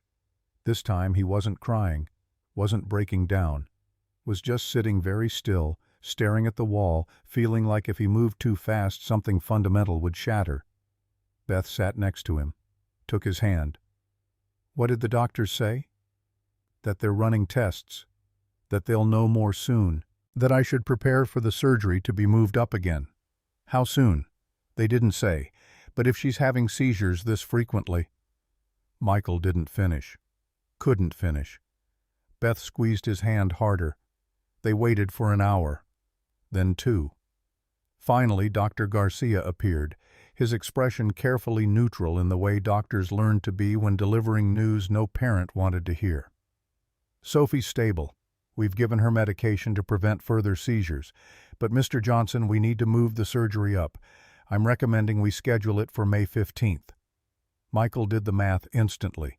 27 days, less than 4 weeks. That's not enough time. I understand this is difficult, but Sophie's condition is deteriorating faster than we anticipated. The longer we wait, the riskier the surgery becomes. Beth spoke up. What about the cost? Does moving it up change the financial requirements? Dr. Garcia glanced at her, then back at Michael. The cost remains the same, $240,000. Insurance coverage remains the same. The balance Mr. Johnson needs to cover is still $132,000. Michael's throat closed. Beth's hand tightened on his. Can we see her? She's sleeping. But yes, you can sit with her. They followed Garcia to Sophie's room. She looked impossibly small in the hospital bed, wires and monitors surrounding her, IV in her arm. Michael pulled a chair close, took her hand carefully, avoiding the tape and tubes. Beth stood at the foot of the bed, staring at Sophie with an expression Michael had never seen on her face before. Something raw, something that looked like grief mixed with determination. I can pay for it. Michael's head snapped up. What? The surgery. I can pay for it. All of it. Today if you need me to. No. Michael. I said no. Beth walked around the bed, knelt next to his chair so they were eye level. This is not the time for pride. Sophie needs surgery. I have the money. Let me help. I can't. Why not? Because Kenneth was right. Because if I take money from you now, that's exactly what this will look like. Single dad using his sick kid to manipulate a wealthy woman. And I won't do that to Sophie. I won't do it to you. I won't do it to myself. That's not what this is. That's what everyone will think it is, including me. Every time you look at Sophie, every time you make a decision about us, I'll wonder if you're staying because you want to or because you've already invested $132,000. Beth's eyes flashed. That's insulting. To both of us. Maybe. But it's also true. I can't take your money, Beth. I need to handle this myself. How? You have 27 days and you're still over $100,000 short. I'll figure it out. Michael? I said I'll figure it out. He turned back to Sophie, ending the conversation by refusing to continue it. Beth stood slowly. She didn't leave. Just moved to the window, arms crossed, staring out at the parking lot below. They stayed like that for 3 hours.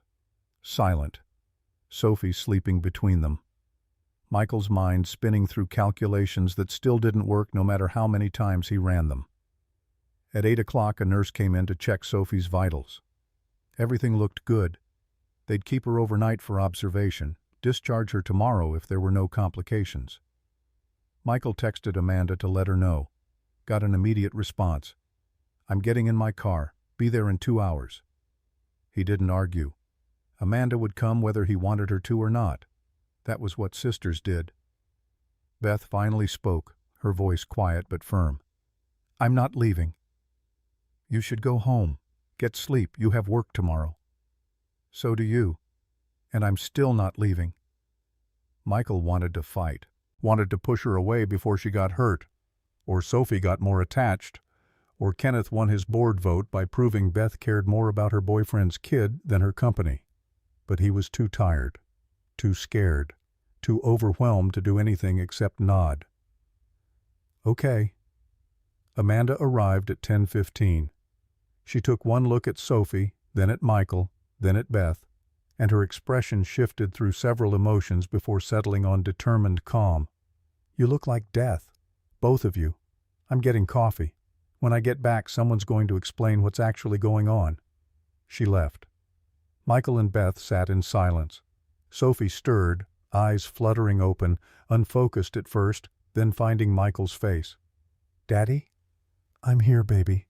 Miss Beth, too? Beth moved to the other side of the bed. I'm here, too, sweetheart. Sophie's small hand reached for Beth's. Beth took it, and Michael watched his daughter hold the hand of a woman she'd known barely 2 months, like it was the most natural thing in the world. Am I getting my surgery soon? Michael's chest tightened. Yes, very soon. Will you both be there? When I wake up? We'll both be there. Sophie nodded, satisfied, and closed her eyes again. Within seconds, she was asleep. Amanda returned with 3 coffees. They moved to the hallway to talk without disturbing Sophie. She's getting worse.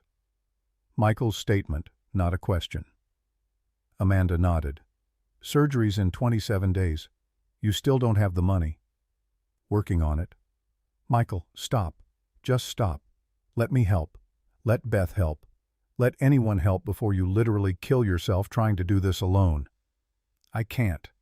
Amanda's face hardened. Can't or won't. Both. Why?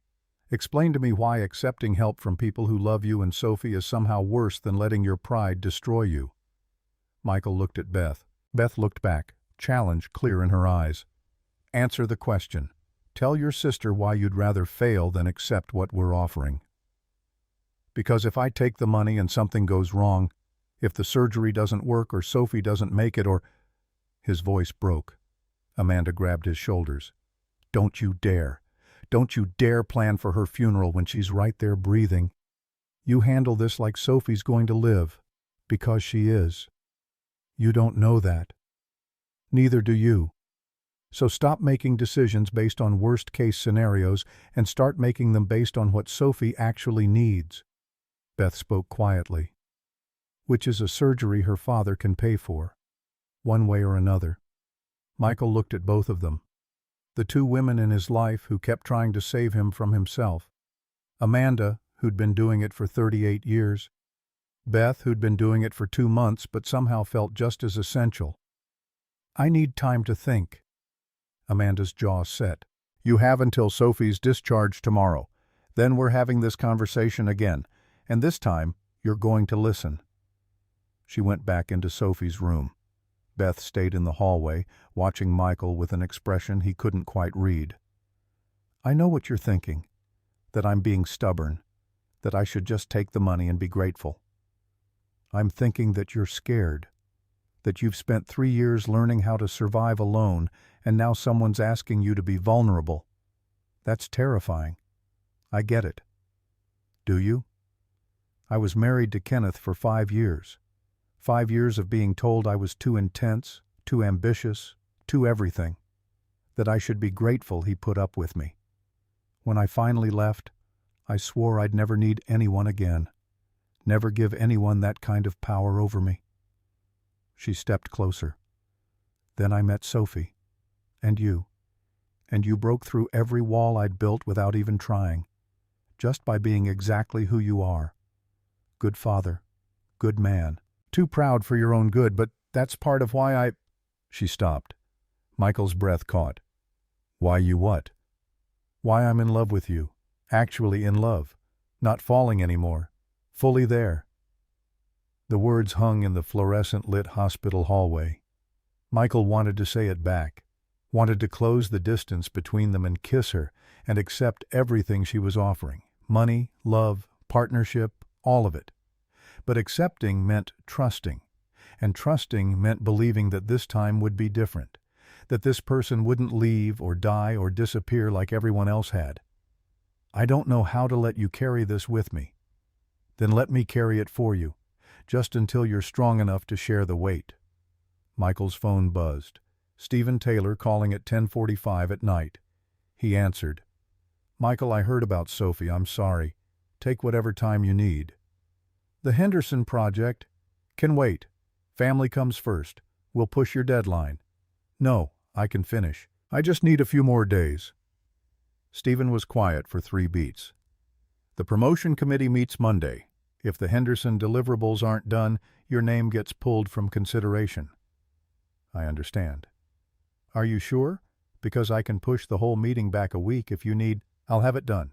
Monday morning, I promise. He hung up. Beth stared at him. You're going to work on the project this weekend, while Sophie's in the hospital? I have to. That promotion is $20,000 a year. Over 5 years, that's $100,000. I can use it to pay back a loan, or pay you back, or whatever needs to happen. Michael, I don't have time to argue.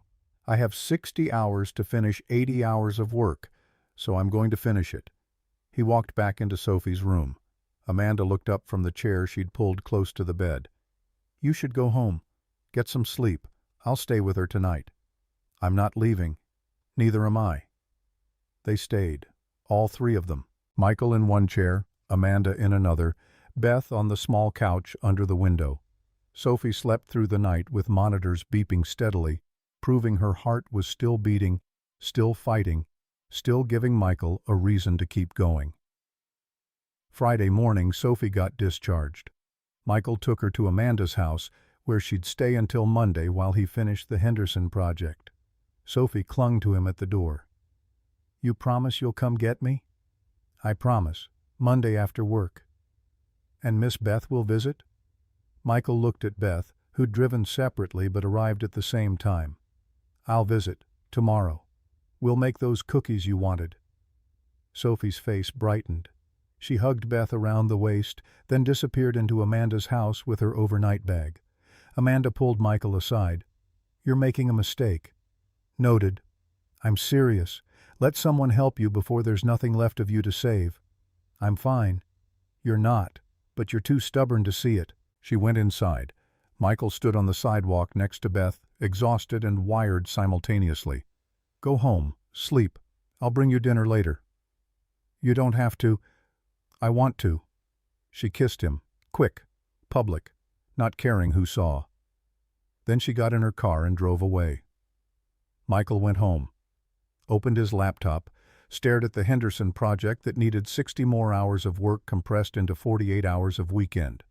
He worked Friday until midnight, slept 3 hours, worked Saturday from 6 in the morning until Beth showed up at 7 in the evening with Thai food and coffee and a look that said she wasn't taking no for an answer. They ate in silence. Michael's eyes hurt from staring at screens. His back hurt from sitting too long. Everything hurt. How much is left? 20 hours. Maybe 25 if I hit problems. When's the last time you showered? Michael tried to remember. Couldn't. That's what I thought. Go shower. I'll clean up. He obeyed because arguing took energy he didn't have. When he came out 20 minutes later, Beth had cleared the food containers and was sitting on his couch reading emails on her phone. Kenneth filed his complaint officially. Board meeting is Wednesday. Michael sat next to her. What happens if they vote against you? I get removed as CEO. Kenneth probably takes over. Company I built becomes his. I'm sorry. Don't be. This isn't your fault. He's using me as evidence that you're distracted. He's using anything he can find because he's desperate. This was coming regardless of whether you existed. Beth set down her phone, turned to face Michael. I need to tell you something, and you're not going to like it. Michael's stomach dropped. What? I've been looking into alternative funding for Sophie's surgery. There are charitable foundations that help with pediatric medical costs. I submitted applications to 3 of them on your behalf. Michael stood up. You what? I submitted applications. You had no right. Those are my finances, my daughter, my responsibility. Someone had to do something. You're working yourself to death and you're still going to come up short. So you went behind my back? I went around your pride. There's a difference. Michael's hands clenched into fists. Not at Beth. At the situation. At his own helplessness. At everything that had led to this moment where accepting help felt like admitting defeat. Take my name off those applications. No. Beth, no. I'm not going to watch you destroy yourself because you're too stubborn to accept that sometimes people need help. Sometimes good men hit problems they can't solve alone. That doesn't make them weak. It makes them human. I never asked you to save me, and I never asked you to love me. But here we are, both terrified, both in over our heads, both too proud to admit we need each other. Her voice cracked on the last word. Michael's anger deflated. I'm not trying to push you away. Then stop acting like accepting help means you failed. You haven't failed. You're a good father doing impossible things with impossible resources. Let someone else carry part of this. Michael sat back down, dropped his head into his hands. If I take the money and Sophie doesn't make it, I'll owe you $132,000 and a dead daughter. How do I live with that? If you don't take the money and Sophie doesn't get the surgery, she dies anyway, and you live with that instead. Which one can you actually survive? The question cut through every defense Michael had left. He looked at Beth, really looked, saw the fear in her eyes that matched his own, saw someone who'd admitted to being lonely and found family in a 6-year-old's drawings, saw a woman who loved him enough to fight him when fighting was what he needed. I don't know how to do this, any of this. Neither do I. So we figure it out together. She kissed him, soft, careful, full of promise that felt more like prayer. When they broke apart, Michael's phone was buzzing. Unknown number. He almost didn't answer. Then saw it was a Portland area code. Hello? Mr. Johnson? This is Rebecca Sanchez from the Children's Medical Relief Fund. We received an application for your daughter Sophie. I'd like to discuss your eligibility. Michael's eyes shot to Beth. She was watching him with an expression that was half hope, half apology. I'm listening. We review emergency cases on an expedited basis. Sophie's application qualifies. We can cover up to $50,000 of her surgical costs.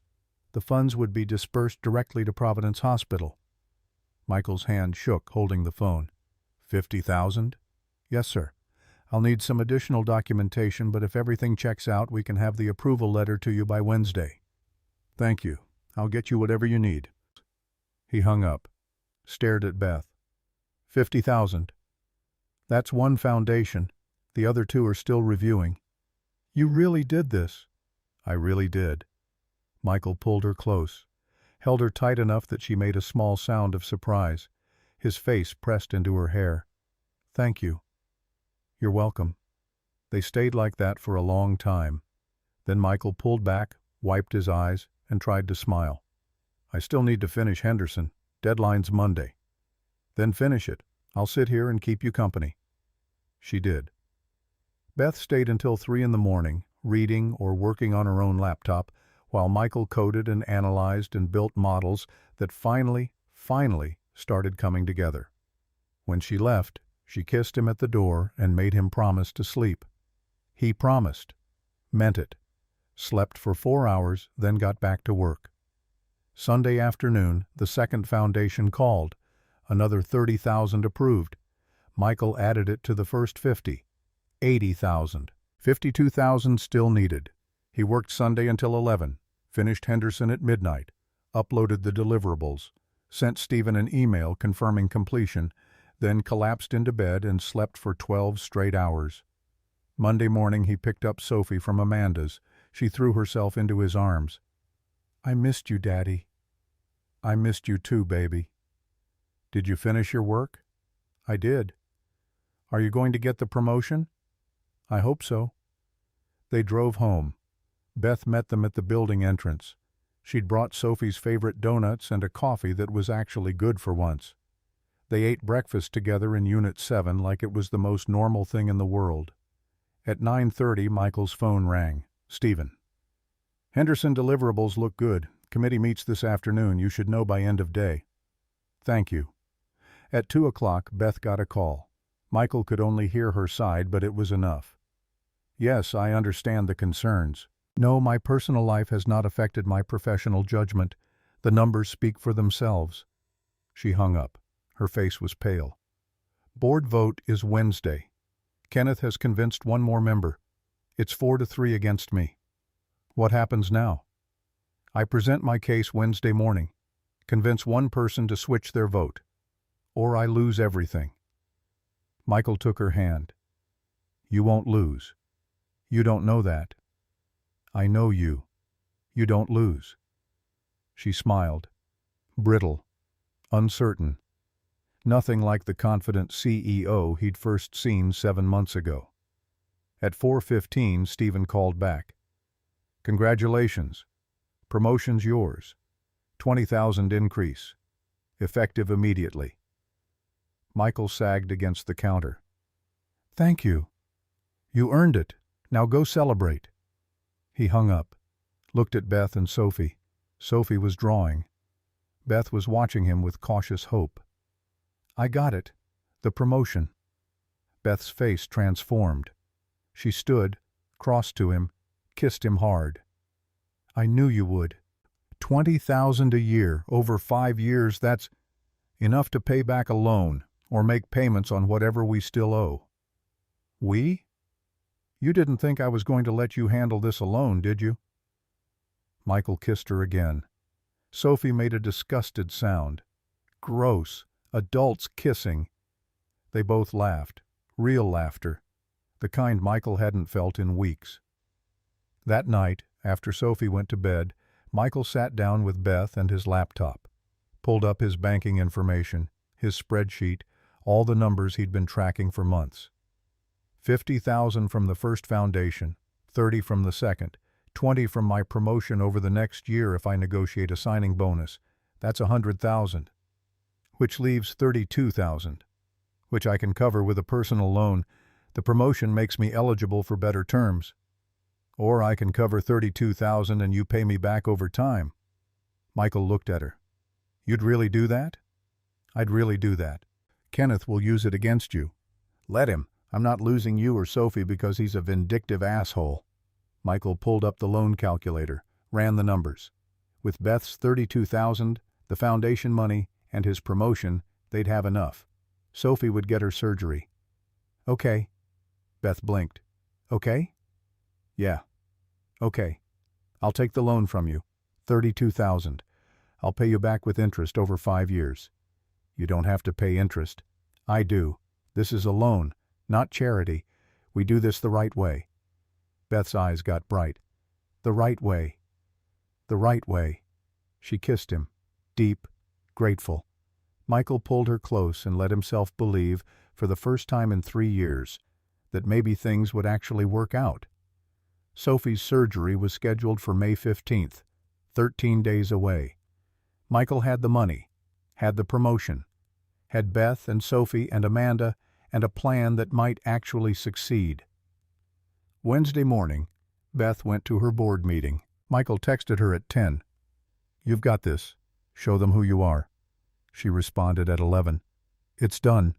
I won. 4-3 in my favor. Kenneth? Resigned. Effective immediately. Michael called her. She answered on the first ring, breathless. Tell me everything. I presented 3 years of financial data, showed how company revenue increased under my leadership, showed employee retention, client satisfaction, every metric that mattered. Then I told them the truth, that yes, I'm in a relationship, that yes, it matters to me, but that being a whole person instead of just a CEO makes me better at my job, not worse. One board member switched. Kenneth's out. Beth, that's amazing. It's not over. He's threatening legal action, says I violated his contract by forcing him out. Can he win? No, but he can make it expensive and annoying. Let him. You're not backing down.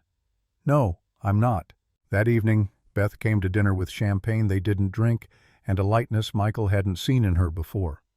Sophie made them celebrate by drawing everyone wearing party hats. They stuck it on the refrigerator next to a dozen other drawings that had accumulated over the past 2 months. May 15th arrived with spring rain and cold wind. Michael and Beth drove to the hospital at 5 in the morning. Sophie sat in the back seat, quiet, holding Mr. Trunk with both hands. Are you scared, baby? A little bit. But Miss Beth says brave doesn't mean not scared. It means doing it anyway. Michael met Beth's eyes in the rear-view mirror. She smiled. They checked Sophie in, filled out forms, changed her into the hospital gown that made her look even smaller. The surgical team came to explain the procedure one more time. Anesthesiologist, nurses, Dr. Garcia himself. "We'll take good care of her. You'll both be here when she wakes up?" "We'll both be here." They wheeled Sophie toward the operating room. Michael walked beside the gurney, holding her hand. Beth walked on the other side. At the double doors they had to stop. Sophie looked up at both of them. "I love you, Daddy. I love you, Miss Beth." "We love you too, sweetheart." They watched her disappear through the doors. Michael stood there staring at the blank white surface, feeling his heart being pulled into the operating room with his daughter. Beth's hand found his. "She's going to be okay." "You don't know that." "I choose to believe it anyway." They waited in the surgical waiting room. 6 hours, the doctors had said, possibly 8. Michael counted every minute. Beth sat next to him, sometimes holding his hand, sometimes reading, sometimes just being present. Amanda arrived at hour 3. Brought food, nobody ate. Barbara from Unit 1 showed up at hour 5 with flowers and quiet prayers. Michael's co-workers sent messages. His boss sent a care package. At hour 6, Michael stood and paced. At hour 7, he prayed to a God he wasn't sure he believed in anymore. At hour 8, Dr. Garcia finally appeared, still in scrubs, face tired but smiling. "Surgery went perfectly. Sophie's in recovery. She'll wake up in about an hour." Michael's knees went weak. Beth caught him. Amanda cried. Barbara hugged everyone. They let him see her at hour 9. Sophie was intubated, monitors everywhere, but her chest rose and fell steadily, and her small hand was warm when Michael held it. "You did it, baby. You're so brave. I'm so proud of you." Beth stood at the foot of the bed, tears streaming down her face, not hiding them, not apologizing for them, just letting herself feel everything she'd been holding back. Sophie woke up at hour 10, groggy, confused, in pain but managing. The nurse adjusted her medication. Sophie's eyes found Michael's face. "Daddy, I'm here." "Miss Beth?" "I'm here too, sweetheart." "Did they fix my heart?" "They fixed it. You're going to be okay." Sophie smiled, gap-toothed and beautiful and alive. "I told you I wasn't scared." She fell back asleep. Michael and Beth stayed until visiting hours ended. Then they went home, collapsed on Michael's couch, and sat in exhausted silence. Beth's head rested on Michael's shoulder. "We did it." "You did it. You saved her." "We saved her. Together." Michael kissed the top of her head, felt something in his chest loosen that had been tight for 3 years. Not all the way, probably never all the way, but enough to breathe easier. "Thank you for everything. Thank you for letting me." They fell asleep like that, wrapped around each other on the couch, partners, family, 2 people who'd been alone too long finally learning how to share the weight. Sophie came home on May 20th, weak but healing. A 4-inch scar marked her chest. She called it her warrior mark and wore it proudly. Recovery took 6 weeks. Physical therapy, medication, checkups every week. Michael took family leave from work. Beth worked from home when she could. Amanda visited twice a week. Barbara brought soup. By July, Sophie was running again, drawing again, living again. On a Saturday morning in late August, exactly 1 year after Michael had moved into Unit 7, he woke to Sophie shaking his shoulder. "Daddy, wake up." He opened his eyes. Sophie was holding a drawing. 3 people. Labels. Daddy. Me. Mommy Beth. "Can I give this to Miss Beth? Can I ask her if she wants to be my bonus mom for real?" Michael's throat closed. He sat up. "Baby, that's a big question. What if she says she needs time?" "She won't. She already acts like my mom. This just makes it official." Michael couldn't argue with 6-year-old logic that was completely correct. "Okay, but we do this together. They walked to Unit 8. Knocked. Beth opened the door in pajamas, hair messy, looking comfortable and real and perfect. Sophie held out the drawing. "Miss Beth, will you be my bonus mom? For real?" Beth took the drawing with shaking hands, looked at it, at Sophie, at Michael. Her eyes filled. "Yes, if your dad says it's okay."